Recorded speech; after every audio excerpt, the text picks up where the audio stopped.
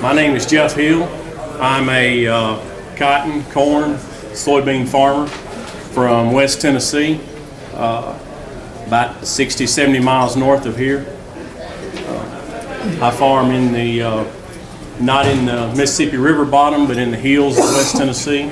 So we have some irregular shaped fields, various size fields, have about 1,000 acres of irrigation, some pivot, some furrow, and 40 acres of subsurface drip irrigation. We started, I guess, a few years ago. A young man with Cresco Ag came by and wanted me to run some trials for variable rate planting on some corn seed that he had. So he came up with a prescription. We put it in the planter and planted the field. And in the prescription, we had areas under the pivot where we would drop the population down to as much as 20,000, and areas where we would raise the population to 40,000. And this was on 30-inch rows. I use a Case IH hydraulic driven planter to do this. It's all controlled by the Pro 700 display in the cab.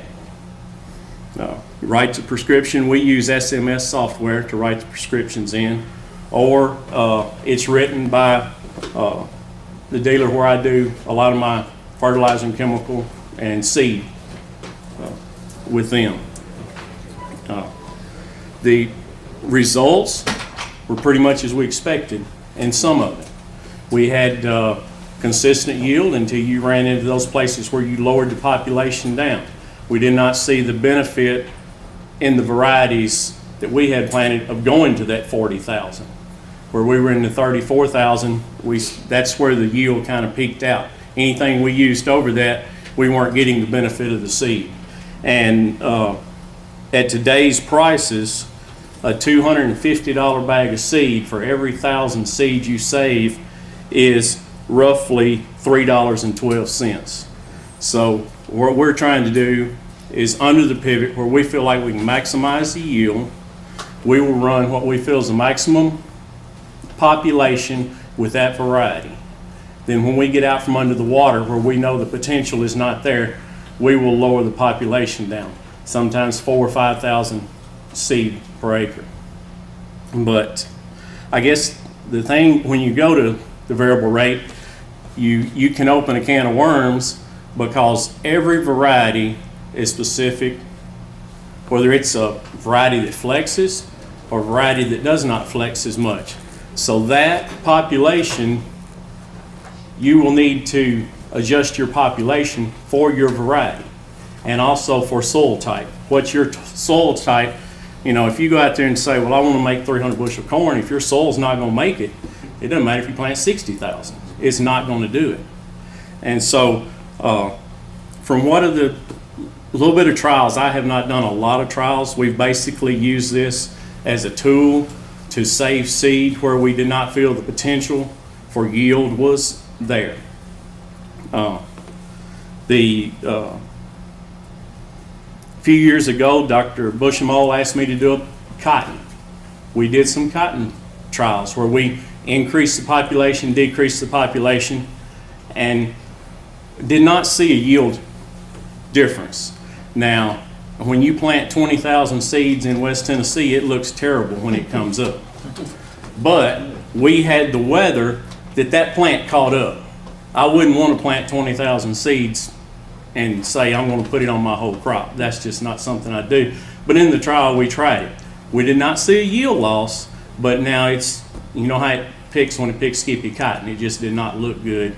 Did not look good all year, but the yield was still the same.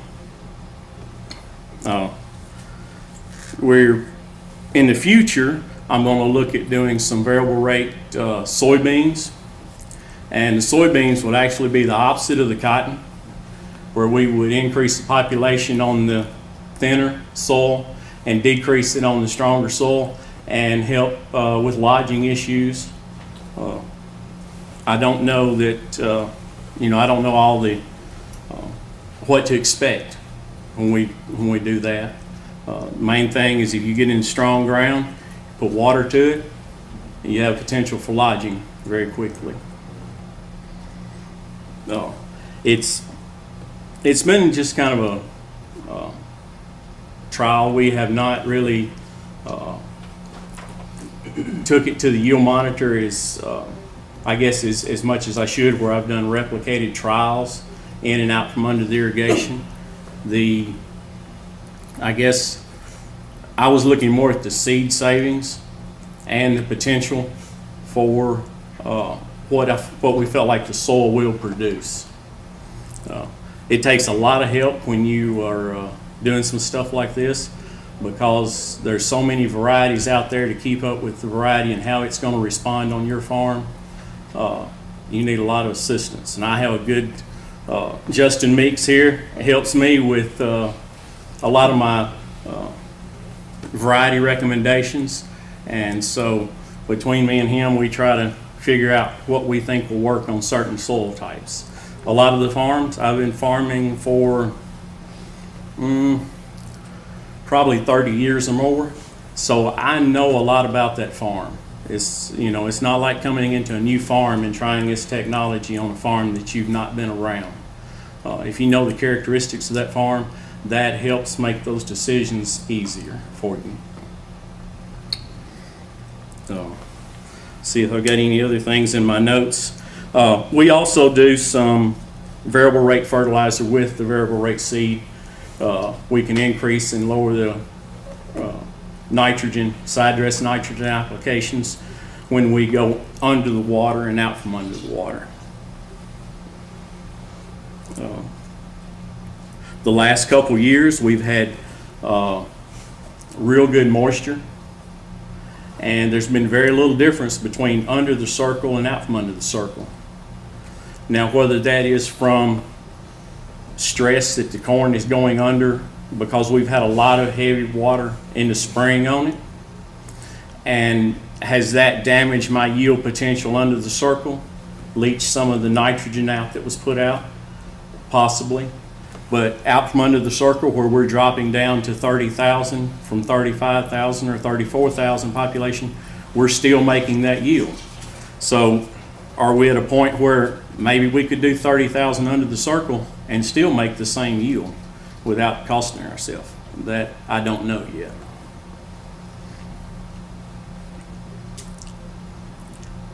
And I guess that's basically a lot of the information I had. If there's any questions about what I'm trying to do.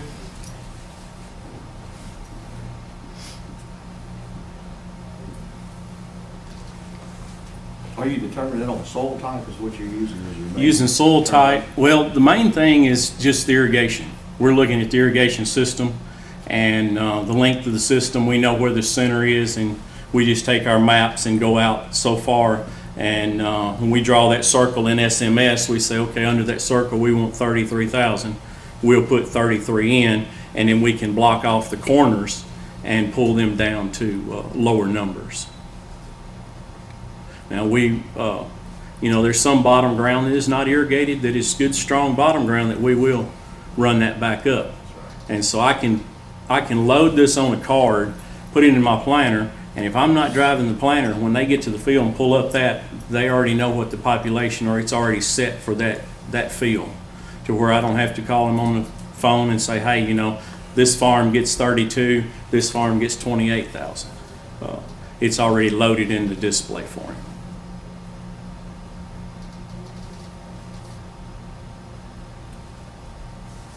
Thank you.